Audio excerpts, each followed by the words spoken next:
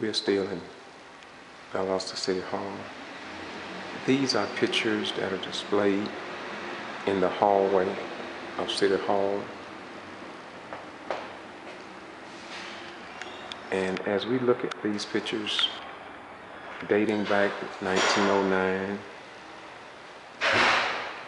tells what was going on in the city of Valdosta, Georgia. Far back as 1895, Patterson Street. And there's pictures all down the wall here. People come and gather information about our city back in the day. Yes, Patterson Street in Valdosta, Georgia. Yes. And I've come down here many times before. I looked over these old pictures of the city of Valdosta. The crescent. This is historic, and it's good to preserve the history of our beloved city. And that's one thing we can say about the historians and elected officials. They try their best to retain the history of the past, because without the history of the past, future generations will be lost and not know what has taken place while we live. But when we can get a flavor of how things were, then we can see how far we came as a people, community, and nation. Valdosta, Georgia, and at the present time we have City Councilman James Wright, Councilman Yotes, Councilman White, Councilman Payton, Councilman Norton,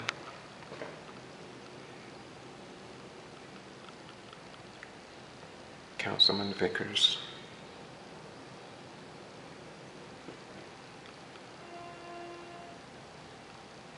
and some people from the community that comes quite frequently to the meetings because they want to know what is going on in the city of Valdosta.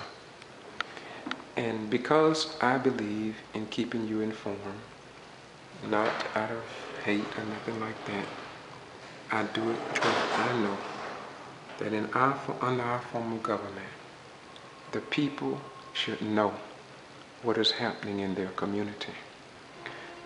When I think about what is happening in Quitman and with the Quitman 10 and how much information is being lost because no news media outlet is publishing it to the general public. But I'm recording it because I want coming generations to know and be informed what actually took place in our lives. I don't want it lost. And this is why I started my blog when I found out that TV, newspapers, and radio was only reporting what they wanted reported instead of news that affected all of us. This, what I'm doing now, is a process of keeping you informed. And this is what I do. And these are pictures of history in the city of Valdosta, Georgia, dating back to 1800s. We do it because we want you informed.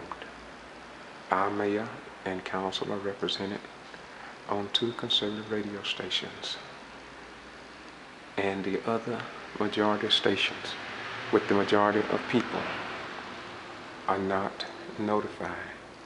To me, it's kind of like as if though they don't exist.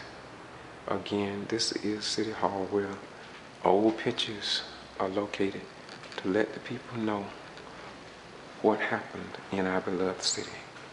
and I have a meeting here with Mr. Barber and John Robertson. I'm about to go into this meeting. Now I want you to tell me, how many black buildings, how many blacks do you see in the pictures that I've just taken? Why can't they find a building or something in this community back in the 1800s if it's nothing but a black church or a black grocery store or a black park or James Scott Park or one black community, something up here to be equal and to let our children know that we did exist in the bygone era. You see, this is what happens when a history of a people is lost. Much of our history as black African Americans was lost because we don't even have our African names. We can't speak the African language because we were stripped of our name, our God, and our religion. This is kvci.blogspot.com, keeping you informed because apparently someone wants us deaf, dumb, and blind to the times and unable to make intelligent decisions based on facts. Peace be unto you. Bye-bye. We go.